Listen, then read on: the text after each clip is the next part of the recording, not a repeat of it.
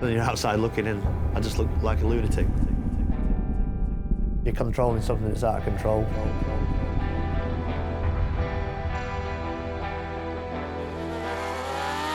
It's not for the faint-hearted, it's not for the weak.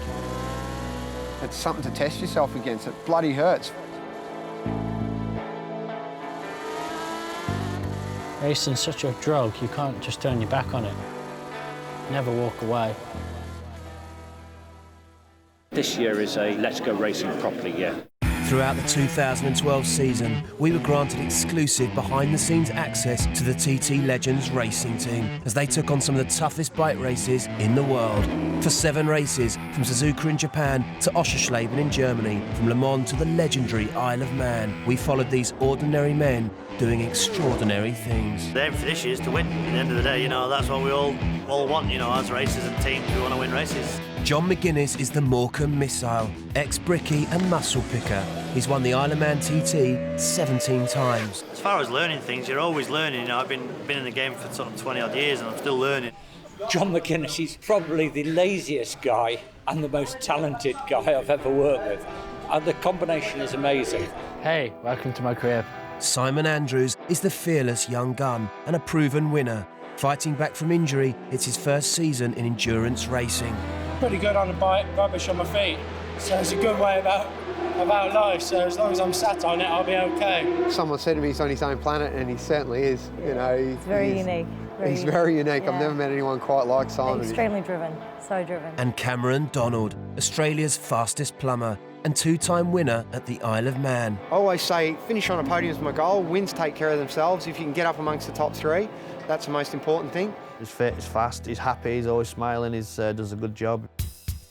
These are the TT Legends.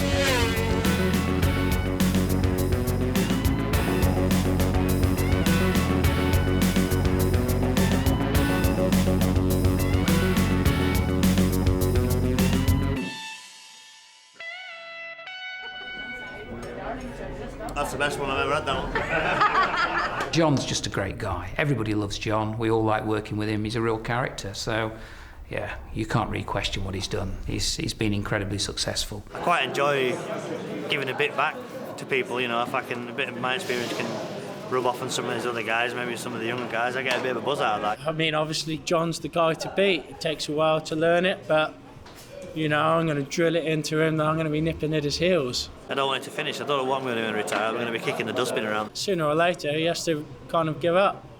When he does, you know, I'll be there pushing him out the door, trying to take over the mantelpiece. You know, I hope one day that I do, the little dicky bird says, right, it's time to stop now. But at the moment, why should I stop? I always wanted to be a road racer, you know. When I was 16, I got my first road bike. At 17, I had a road bike, hurtling around the streets, and there was a place called Devil's Bridge, fairly close to here. That was the Sunday haunt, you know, where everybody go and pick a race or whatever. And, you know, there's a few reports back to my dad saying, you know, he's gonna kill himself or kill somebody else or, you know, get him on the track or something. And my dad just said, you think you're good enough, let's go racing. And I did my first race at Aintree and finished 27th and 29th and got beat by 2 girls, so I wasn't very good at the start. I got me take that hairdo and my nice jumper, and my mum baked me a cake when I won the championship. There's the bride, yeah. Got married this year. After 23 years of being together, we thought, I think maybe now's a good time to do it. I think I know him well enough. We've got the 2 kids, life's good. We were trying to plan a 40th birthday party for him, actually, and it just sort of, we just thought, you know what, we're going to all this effort, we may as well just go the next step and just get married before the party. So that's basically what we did. I never forget where I come from, really, and Morecambe Bay is pretty special to me, really. I've worked out there, done a bit out there. You know, walk up and down the beach, and sometimes you don't really appreciate where you live sometimes, you know. We're only 50 yards off the beach. Becky's dad was involved in collecting mussels off the beach, doing 10 bags a day, getting 60 quid a day cash. And all of a sudden, I've got this cash flowing in. I'd never seen cash like that. You know, I'd only seen like 50 quid a week from being an apprentice and stuff. I thought I'd hit the jackpot, you know.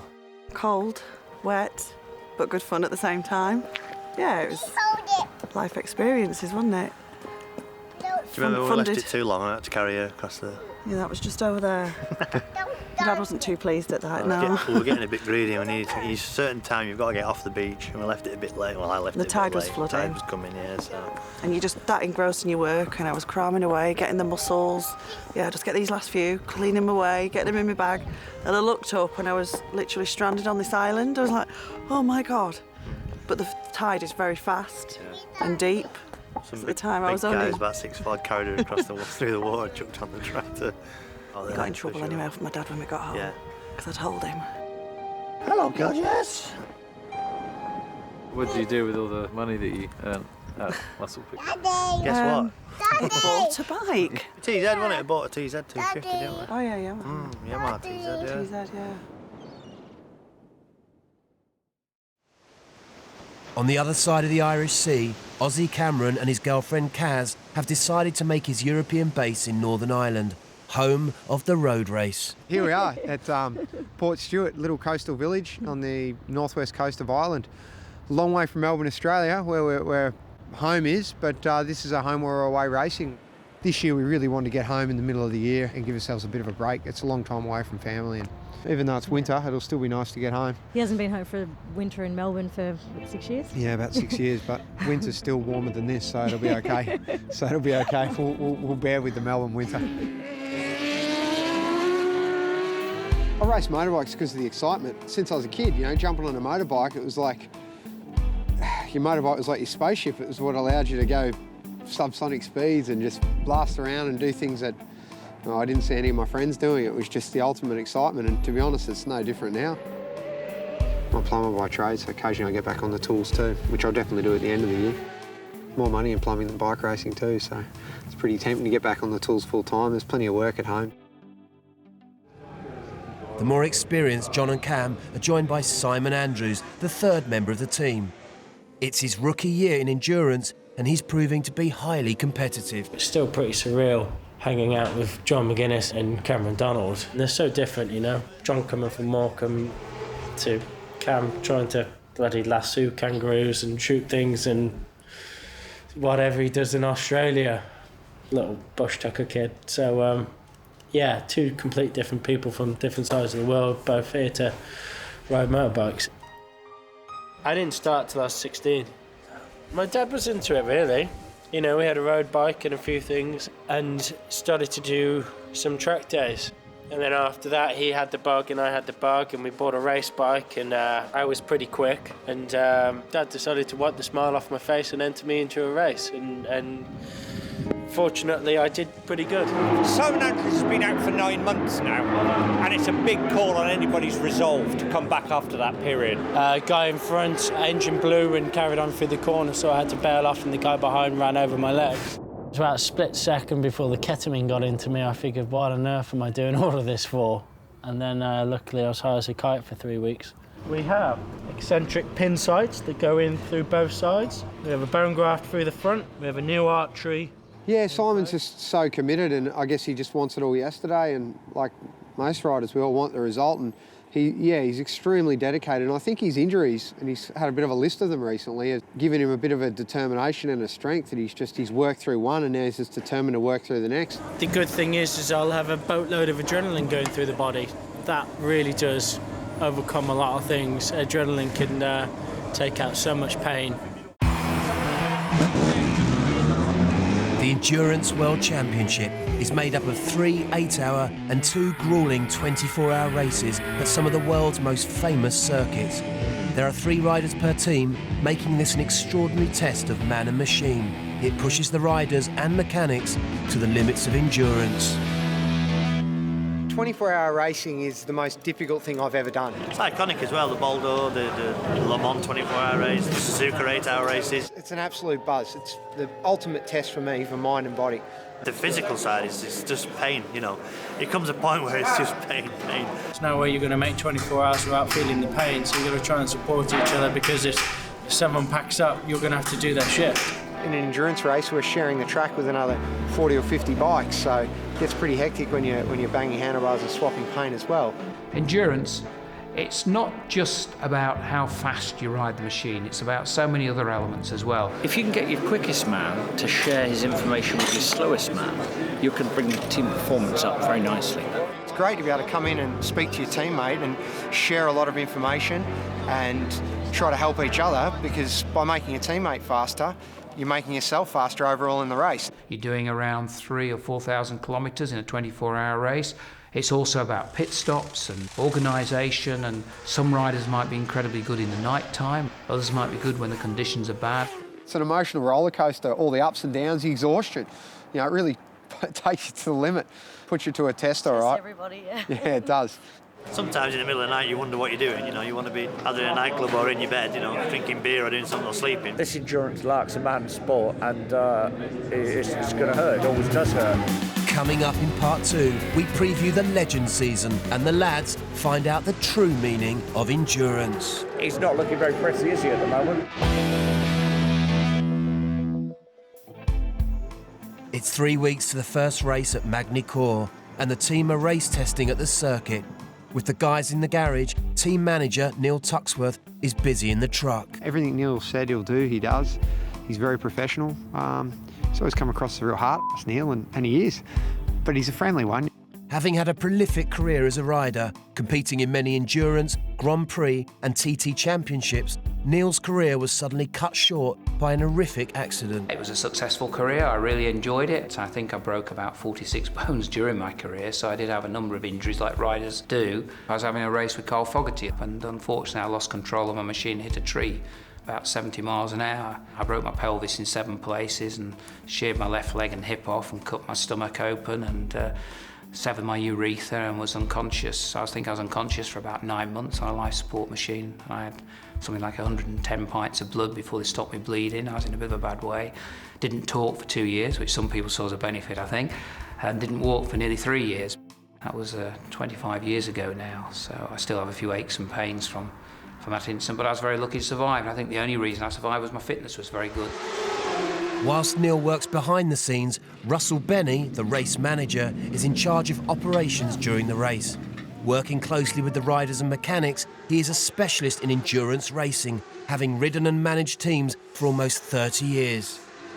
I enjoy Russell's really weird conversations about quantum physics or whatever he's perplexed about that day. Russell's like a mad scientist. He's such an oddball. Once you've crossed over from being a race fan or a race watcher to being involved in a race team, there's no turning back. In a way, your hobby's ruined. He's focused, he's been there, he's done it the hard way, scrimped and scraped, he's won 3 world championships, he's raced himself, so he understands what it's all about. The commitment this side, it's so infectious and you're so committed to what you're doing. You can never be satisfied the other side of the fence again just looking on. It's not possible. So for the rest of my life, I can never be a race goer. Darn it. He's still got a stinky old mattress that he lies on in the middle of the night in the garage. That if I think he has to tie it down, otherwise it'll walk off. It's that hanging. And we need characters like that in the team. You know, it's. I mean, we all laugh at him and stuff like that, but he knows what he's doing. The bottom line. The unsung heroes of the team are the mechanics. A tight-knit core of Julian, the team leader, Leighton, Graham, and Phil, the tyre man. I don't even have to speak to my 2 mechanics like Leighton and Julian and Graham. If I'm thinking something, they've already done it, you know, and that's a massive thing. When you're happy, you can go fast. Well, getting into bike race, and I guess I discovered at an early age that you spend a long time working, so if you're going to do it, do something you enjoy. So I've always enjoyed bikes and watching bike racing and things, so I just thought, you know, I'd give it a go. We do it because we want to go motorbike racing, and we enjoy what we do. It's more of a way of life than a job, really. Yeah. There's no kind of hierarchy in there. It's not like Julian's the boss and oversees them. They all kind of work together and they have a bit of a laugh and they get on and do the job. But yeah, they're good guys. The endurance season starts with the famous Bol d'Or 24-hour race. Steeped in a 90-year history, this classic French race is a real challenge for the riders and team alike. There could be easier tracks to do a 24-hour on. Never done a wet one, I've no idea. I just don't know what to expect. We're just going in completely blindfolded. It's going to be 1 or 2 laid on the floor, I'm sure. No time for crybabies in endurance racing, so we just got to get on with the job. It's not all circuit racing, as midway through the season, the team compete in 2 road races. The first one is the Northwest 200, Northern Ireland's biggest outdoor sporting event. And it'd be even better one, I think, for John McGuinness. Folks, this is what the Northwest 200 is all about. Seen by many as a warm-up to the TT, it's a tricky street course to master, consisting of super fast straights and treacherous coastal roads.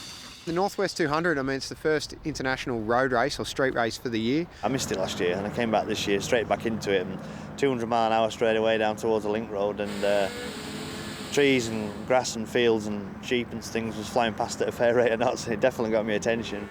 Whilst John has competed in the Northwest 200 for 16 years, it's a new challenge for Simon. You haven't got a lot of experience around here, to be fair, have you? No. Not a great deal. I've never raced here before, Well, anyway, exactly. so... At the beginning of June, on a small island in the middle of the Irish Sea, is one of the world's most famous, most dangerous and maddest road races in the world, the Isle of Man TT. 37 3/4 miles long, it mixes mountain scenery, tree-covered lanes and bumpy roads. Riders skim past rock-covered walls, lampposts and even people's houses at terrifying speeds.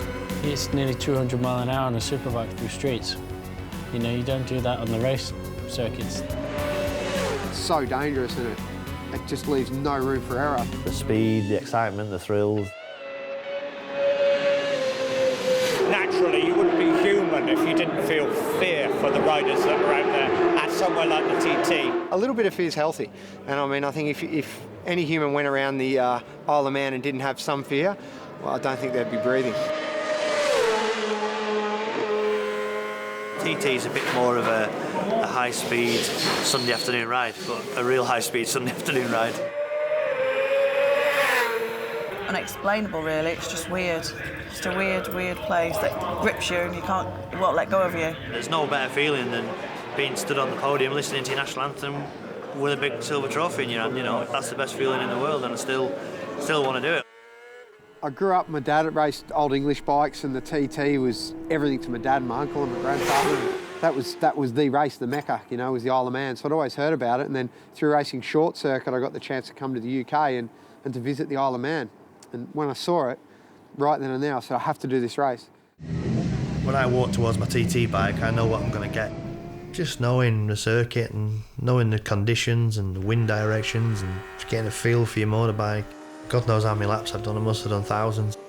The views, when you're going through the veranda and back down, it's great. You just don't feel that or get that anywhere else. You don't even notice a pain or discomfort because you're just so focused on riding that TT course. Your hands get sore, your legs get sore. When it's hot, you're sweating and the sweat's starting to run down your face and get in your eyes. Last year it started raining at Union Mills. I could smell it, which sounds ridiculous, but I can. It hits the trees and the leaves and drops on the floor. It has a different, then the pressure drops, the air pressure drops. You can feel it in your body. He's won so many. Winning's a habit and it's a style and what you're used to, especially with him. It's just a big winning machine, whereas it's an ambition and a thrill for me because I've not got to that level yet. You know, I've still got a way to go till I get to my first win. I've got such a good feel for the bike, you know, I love it, you know, and that's why a bit of a creature of habit, really. I don't like changing things, you know.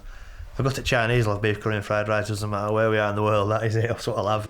During the road races, the guys are fierce rivals, but in endurance races, they have to work together as a team. John McGuinness, TT legend, and my biggest rival at the Isle of Man TT. You know, we're good mates and we get along well, but when we go to the road races, you know, he's the first person I want to beat. I come to an endurance race and I want him to go well, you know, and I do everything I can to help him go quicker, and he does the same with me.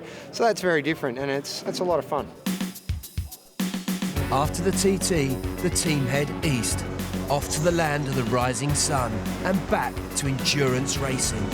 Suzuka is one of the most iconic circuits in a country immersed in motorsport history. In stark contrast to the TT, which was cold and wet, the heat and humidity of Japan gives special meaning to the word endurance. Well, TT is a piece of to that. Sushi is out and sausages are in, as the team come back to Oschersleben, an obscure track in former Eastern Germany, where they find out everything is not going to plan. Yeah, I'm not happy. It makes me completely crazy.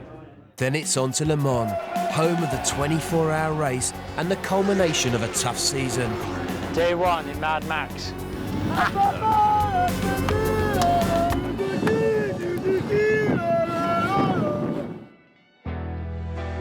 Over a long, hard year, we'll see our team become a family. Who's that? Huh? She could be a biker chick, this one, yeah. She's not scared. She loves it on the little scooter. But I wouldn't like to see her ride around the TT track, that is for sure. I think because we're away together for so long with each other, you become part of like this little TT Legends family.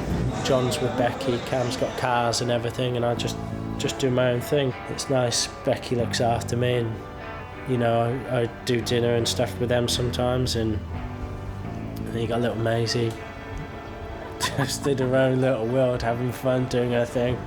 You need to get Simon now. Get him with the teapot.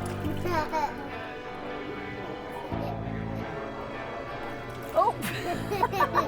You got yourself, you silly boy. It is like a family, it really is. I think I noticed Becky McGuinness mentioned something about how she's going to miss her TT Legends family.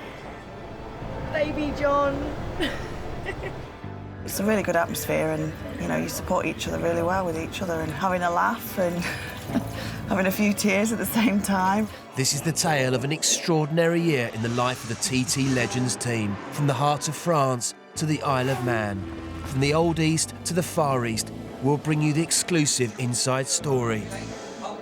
I'd like to finish the race on the podium, and I know the team shares the same goal, so hopefully we'll all get there together. Looking at the guys spraying the champagne, that's exactly where I want to be. Now we start the arduous journey of nearly 40 hours. Let's have it. Next time on TT Legends, the team are at the Bowl Door, the first race of the season and one of the toughest. He's not looking very pressy, is he, at the moment? The weather turns and things get a little leery on the track. I was having some slides, I mean, wow, phenomenal, phenomenal.